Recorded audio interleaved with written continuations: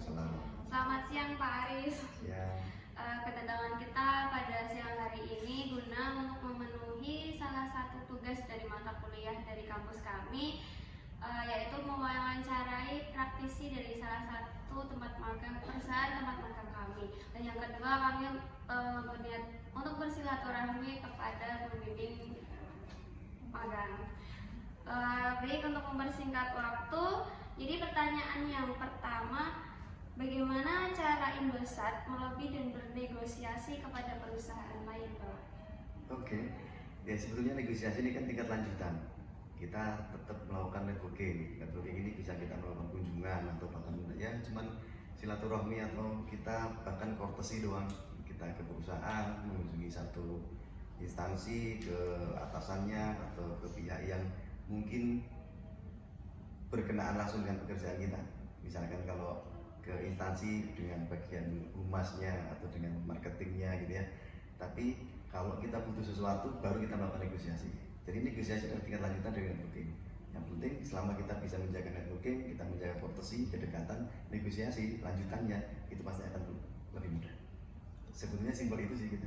Jadi semakin banyak kolega, semakin banyak networking, semakin banyak courtesy, ya semakin mudah kita negosiasi. Jadi intinya negosiasi akan berjalan dengan lancar ketika kita punya networking. Iya, semakin bagus kita courtesy, pendekatan ke mereka, datang, kunjungan, ya negosiasi akan lebih mudah.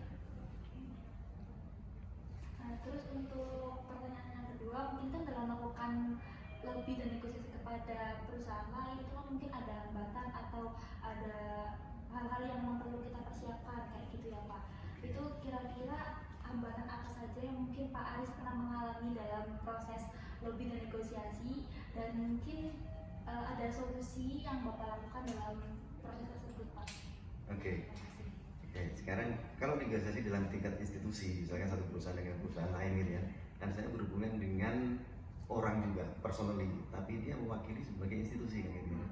Cuman masalahnya adalah pada saat saya melakukan negosiasi, sebetulnya saya melakukan pendekatan dengan personal, bukan dengan instansi. Karena instansi, institusi apapun itu kan hanya ada di belakang ya.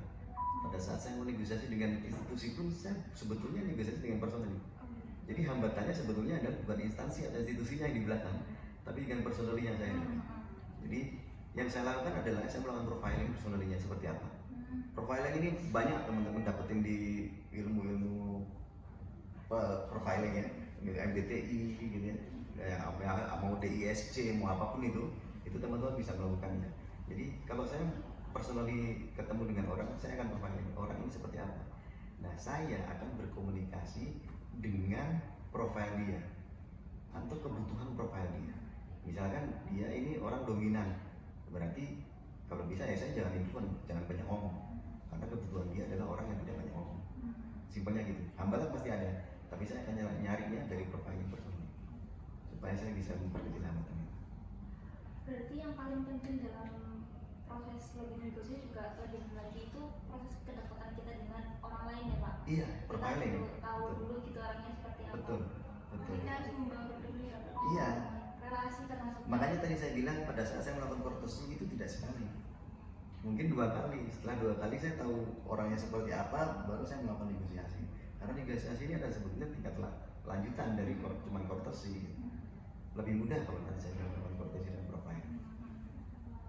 Menyambung dari pertanyaan itu, tips dan triks Pak agar negosiasi tidak tertolak dan mendapatkan win-win solution dari kedua belah pihak. Ya, Sama-sama teman-teman bisa banyak belajar sebetulnya. Tapi saya banyak belajar dari neurolinguistic programming. Dari neurolinguistic programming itu gini, gampangnya gini. Handphone gitu ya, nelpon ke handphone yang lain, ngomongnya pasti handphone dengan handphone dong. Nggak mungkin handphone bisa nelpon televisi gitu ya. Atau televisi bisa komunikasi dengan radio, nggak mungkin ya kan? Broadcast TV akan ditangkap oleh televisi, broadcast radio ditangkap oleh radio, gitu juga handphone. Artinya masing-masing frekuensi punya frekuensi yang sama. Kalau saya mau berkomunikasi dengan Dea, saya berkomunikasi dengan Irma, maka saya harus satu frekuensi dengan Dea atau satu frekuensi dengan Irma. Sama dengan handphone, dia komunikasi aja dengan handphone, nggak akan televisi menangkap pembicaraan dari handphone ini. Nah, kalau saya mau efektif, negosiasi, berarti saya harus menyamakan frekuensi. Oke, ya, penyamaan frekuensi ini kalau di neurolinguistic programming itu ada namanya mirroring, pacing, leading. Mirroring itu artinya saya menyamakan frekuensi dengan orang yang saya bicara. Tadi saya harus profiling, saya melakukan courtesy untuk profiling dia seperti apa. Begitu saya dapat profile dia seperti apa, saya harus menyamakan itu mirroring. Saya harus kayak kaca buat dia. Seakan-akan dia, oh saya ngomong sama kaca nih, saya cocok nih sama orang ini. Nah begitu saya mirroring, saya melakukan pacing. Pacing itu apa? Saya harus memenangkan dari frame pembicaraan ini. Begitu saya cari kemenangannya ada di mana, saya samain hobi saya samain gimana cara komunikasi saya, dia ketawanya gimana, saya samain ketawanya gimana, maka saya dapat leading. Apapun yang saya negosiasikan akan diiyakan. Itu mudahnya. Mungkin dengan banyak cara, tapi neurolinguistic programming ini yang paling sering saya pakai dengan hipnosis. Itu lebih cepat. Gitu.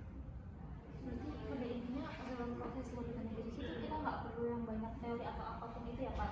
Yang paling penting dan yang paling penting itu adalah kedekatan. Betul, kedekatan satu frekuensi aja. Gitu. Karena kan banyak ya Pak, kalau misalkan kayak ya maksudnya kayak yang biasa saya pakai gitu kan kita harus kayak gini, kan persiapan harus kayak gini dulu kayak gitu. Ya persiapan pasti, Ya, karena saya kan punya produk, punya sesuatu di belakang kan. Tapi ini kan hanya persiapan yang saya selalu punya, kemanapun dan ke siapapun. Cuma masalahnya ke siapapun ini yang saya negosiasi kan belum tentu efektif. Nah, cara how to-nya lebih penting daripada what to-nya. What to kan saya selalu bawa ini di tas saya.